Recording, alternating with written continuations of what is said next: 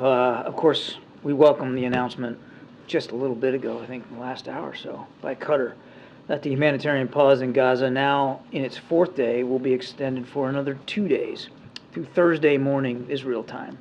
This humanitarian pause has already brought a halt to the fighting, together with a surge of humanitarian assistance. Now, in order to extend the pause, Hamas has committed to releasing another 20 women and children over the next 2 days. We would, of course, hope to see the pause extended further, and that will depend upon Hamas continuing to release hostages.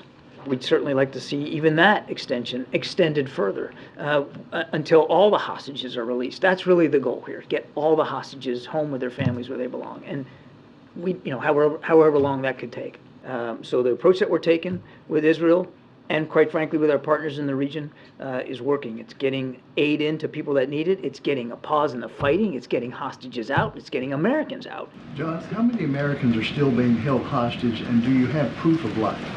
We think the number is, well, it's less than 10, probably in the neighborhood of, about 8 to 9.